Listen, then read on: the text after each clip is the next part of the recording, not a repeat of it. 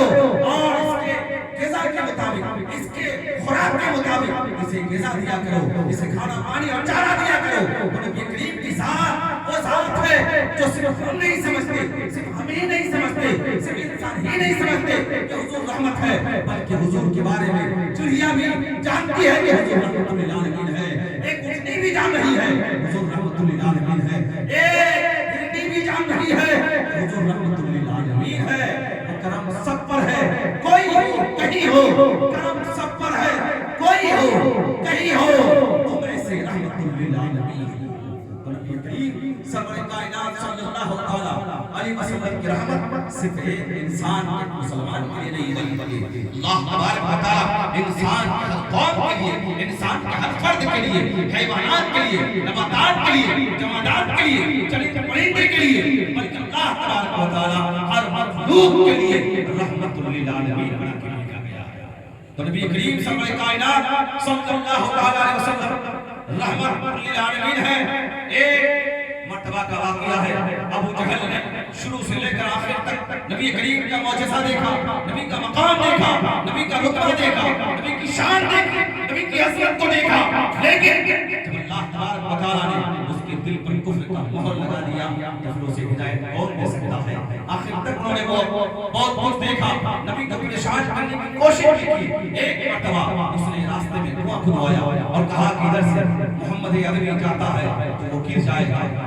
صلی اللہ علیہ وسلم۔ نبی کریم سرور کائنات صلی اللہ علیہ وسلم اس راستے سے گر جائیں گے اور کنواں میں گر جائیں گے۔ یقیناً اس نے سوچا اور سوچنے کے بعد ایک کنواں کھدوا دیا اور اس کنواں کے اوپر گھاس پھوس رکھ دیا تاکہ نبی کو نظر نہ پڑے اور دھوکہ کھا کے کنواں میں گر جائے۔ لیکن نبی کریم سرور کائنات صلی اللہ علیہ وسلم روایت میں موجود ہے کہ نبی جب اس راستے سے گزرے تو کنواں بالکل سمٹ گیا اور کنواں مل گیا اور نبی ادھر سے گزر گئے۔ اور ایک دوسری روایت میں ہے کہ نبی کریم سرور کائنات کو اللہ تبارک و تعالی نے حضرت جبرائیل کے ذریعے سے پیغام بھیجا کہ اے جبرائیل جا کر میرے محبوب سے بتا دو کہ اس راستے سے نہ جائیں بلکہ راستہ چینج کر لیں، راستہ بدل لیں، راستہ تبدیل کر لیں۔ اور پہلی روایت کے مطابق نبی کریم راستے سے گزر گئے، لیکن ابو جہل نے سوچا کہ محمد عربی وہاں پر گر چکا ہے۔ اس نے اپنے تمام خادموں کو، نوکروں کو بھیجا اور سپاہیوں کو بھیجا دیکھنے کے لیے، تو نہیں گرا۔ اور سپاہی کچھ پہلے سے چھپے ہوئے تھے کہ ادھر سے گر جائیں گے اور تم لوگ کیا کرنا، وہاں پر مٹی پتھر کے اندر ڈال دینا۔ لیکن اتفاق جب نبی کریم سرور کائنات صلی اللہ علیہ وسلم کی حفاظت خود رب کائنات کرے، جب نبی کریم سرور کائنات صلی اللہ علیہ وسلم کی حفاظت خود رب کائنات کرے کہ فانوس بن کر جس کی حفاظت خدا کرے، فانوس بن کر جس کی حفاظت خدا کرے وہ شمع کیا بجھے روشن خدا ہو جائے۔ فانوس بن کر جس کی حفاظت ہوا کرے وہ شمع کیا بجھے جسے روشن خدا کرے۔ نبی کریم کی حفاظت فرمانے والا پروردگار عالم ہے، نبی کریم سرور کائنات نہیں گرے۔ اتفاق سے ابو جہل وہ دیکھنے کے لیے گیا اور اس نے دھوکہ کھا کے کنواں میں کود گر گیا۔ اور جب کنواں میں گرا تو اپنے سپاہیوں کو پکارا، چلایا، آواز دیا مجھے نکالو، مجھے نکالو۔ اتفاق اس کے تمام سپاہی رسی لے کر کے پہنچے، رسی کو ان لوگوں نے گرایا، رسی کو گراتے جا رہے ہیں، رسی کو گراتے جا رہے ہیں، کنواں اور گہرا ہوتا چلا جا رہا ہے، کنواں اور گہرا ہوتا چلا جا رہا ہے۔ گھبرا گیا ابو جہل، گھبرایا، بہت پریشان ہوا اور اس نے آخرکار پریشان ہونے کے بعد جب کوئی راستہ اور چارہ نہ ملا تو سپاہیوں سے کہا جاؤ محمد عربی کو بلا لاؤ، وہی اس وقت کا حل وہی نکال لیں گے اور وہی مجھے کنواں سے نکالنے والا ہے، کوئی نہیں نکالنے والا۔ سپاہی پہنچے، حضور کے بارے میں کافر بھی جانتا تھا کہ حضور رحمت للعالمین ہے۔ حضور کے سامنے پورے سے پورے آدمی پہنچ جائے، ظالم سے ظالم آدمی پہنچ جائے، کتنا بڑا ظلم کرنے والا پہنچ جائے، اگر نبی کی بارگاہ میں پہنچا ہے تو نبی اس کو معاف فرما دیتے ہیں۔ جب نبی کی بارگاہ میں تمام سپاہی پہنچے، نبی کریم صلی اللہ علیہ وسلم کنواں کے پاس تشریف لائے۔ جب نبی کریم سرور کائنات صلی اللہ علیہ وسلم کنواں کے پاس تشریف لائے تو نبی کریم نے فرمایا میں نکال دوں گا، اے ابو جہل میں تمہیں نکال دوں گا، لیکن شرط یہ ہے کہ تمہیں ایمان لانا ہوگا، تمہیں ایمان قبول کرنا پڑے گا۔ تو پھر اس نے کہا ہاں میں ایمان قبول کر لوں گا، آپ مجھے کنواں سے باہر کر دیجیے۔ نبی کریم سرور کائنات کا معجزہ دیکھیے، نبی کریم کی رحمت دیکھیے، نبی کریم سرور کائنات صلی اللہ علیہ وسلم نے رسی نہ ڈالا بلکہ نبی کریم نے اس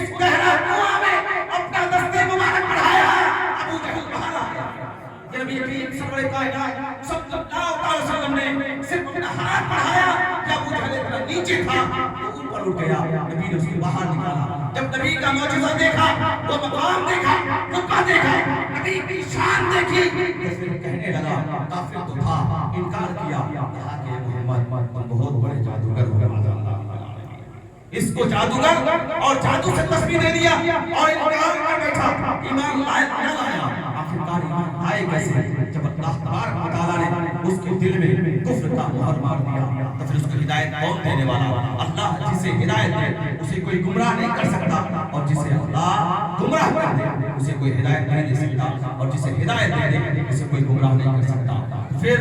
نبی کریم سرور کائنات صلی اللہ علیہ وسلم کی اس عظمت کو دیکھنے کے بعد، اس شان کو دیکھنے کے بعد، اس معجزہ کو دیکھنے کے بعد بھی وہ کافر اسلام نہ لایا. اور نبی کریم کے بارے میں اسے بھی یقین تھا کہ میں جتنا بھی میں نے قصور کیا ہے، میں نے جتنے بھی ظلم کیا ہے، اگر میں اپنا پیغام سپاہی کے ذریعے سے پہنچا دوں تو پھر وہ مجھے معاف کر دیں گے اور میرے پاس آ کر کے مجھے کنواں سے باہر نکال دیں گے. تو یہ حضور ذات ہے، یہ حضور صلی اللہ علیہ وسلم کا مقام ہے کہ نبی کریم سرور کائنات صلی اللہ علیہ وسلم رحمت للعالمین بنا کر بھیجا گیا ہے، ہر ایک کے لیے رحمت ہے. اسی لیے صحابہ کرام نے جب فرمایا تھا یا رسول اللہ یا حبیب اللہ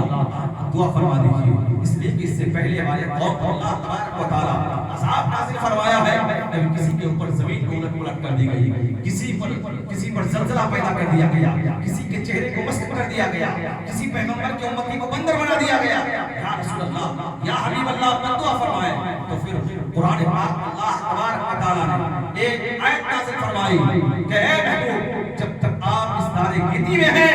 تو آپ کے کسی بھی انسان پر اب عذاب نازل نہیں ہوگا، اس لیے کہ آپ اس میں موجود ہیں. آپ جب تک دنیا میں موجود ہیں تو پھر کسی بھی انسان پر عذاب نازل نہ ہوگا. ورنہ نبی کریم سرور کائنات صلی اللہ علیہ وسلم کی پیدائش سے لے کر اب تک مسلمانوں پر اتنے ظلم اٹھائے جا رہے ہیں، اتنے ستم کیے جا رہے ہیں، اتنے مسلمانوں پر گندے گندے الزامات لگائے جا رہے ہیں، مسلمانوں کے بارے میں توہین کی جا رہی ہے، مسلمانوں اور اسلام کے بارے میں ہمیشہ مسلمان اور اسلام کو نیچا دکھایا جاتا ہے. لیکن اللہ چاہے تو پھر عذاب نازل کر دے، لیکن جب حضور اس دنیا میں موجود ہے، رحمت للعالمین ابھی موجود ہے، تو پھر کسی بھی انسان پر عذاب نازل نہیں ہوگا. یہ حضور کی رحمت کی باعث ہے، یہ حضور رحمت للعالمین بن کر تشریف لائے ہیں. حضور سراپا رحمت ہے، اس لیے کسی انسان پر عذاب نازل نہیں ہو رہا ہے. ورنہ اللہ چاہتا تو پھر انسان کا جو بھی نبی کریم کے بارے میں توحید کے الفاظ بولتا اسے کوئی نہ کوئی عذاب مبتلا کر دیتا. اللہ تبارک و تعالیٰ نے نبی کریم کو رحمت بنایا ہے، اس لیے عذاب نازل نہیں فرما رہا ہے. نبی کریم سرور کائنات صلی اللہ علیہ وسلم سراپا رحمت بن کر تشریف لائے ہیں. نبی کریم سرور کائنات صلی اللہ علیہ وسلم اس دنیا میں اللہ تبارک و تعالیٰ نے گمراہ انسان کو ہدایت اور رہنمائی کے لیے پیدا فرمایا ہے. اور حضرت آدم سے لے کر عیسیٰ تک جتنے بھی پیغمبر آئے سب لوگ اپنے اپنے کام کا انجام دیتے رہے، یہاں تک کہ نبی بھی تشریف لائے. نبی کریم صلی اللہ علیہ وسلم بھی اس جہالت کے دور میں اور اس بھیانک کفر کی اندھیری جگہوں میں اور اس بھیانک ماحول میں آپ تشریف لائے جہاں پر انسان کو نہیں پہچانتا تھا، جہاں ایک انسان دوسرے کے بارے میں کوئی اچھا خیال یا گمان نہیں کرتا تھا، یہاں تک کہ ایک دوسرے کی تعظیم اور خیال ادب اور پاس و لحاظ نہیں رکھتا تھا. اس بھیانک دور میں تشریف لائے اور آپ نے اپنے کردار، اپنے کریکٹر اور اپنے اخلاق کریمانہ کے ذریعے سے ایسا رول انجام دیا کہ جو آپ کو گالی دیتے تھے وہ آپ کے قدم کے نیچے گرتے اور کلمہ پڑھ مسلمان ہوتے. اور آج تک اسلام کا بول بالا ہوتا جا رہا ہے. آج پوری دنیا میں ایک سے ایک ریسرچ کرنے والے، اسلام کے خلاف بولنے والے، آخر میں جب نتیجے میں جب پہنچتا ہے تو آج بھی وہ اسلام لانے پر مجبور ہوتا ہے اور یہی کہتا ہے کہ اگر کوئی سچا مذہب ہے تو وہ دین اسلام ہے. ان الدین عند اللہ الاسلام، اللہ کے نزدیک سب سے مکرم دین اسلام ہے. رب تبارک و تعالیٰ کی بارگاہ میں دعا ہے پروردگار عالم ہمیں مردم اسی دین پر قائم دائم رکھے اور نبی کریم سرور کائنات صلی اللہ علیہ وسلم کی محبت میں جلائے، انہیں کی محبت میں پھائے. وما توفیق الا باللہ، استغفر اللہ رب العالمین.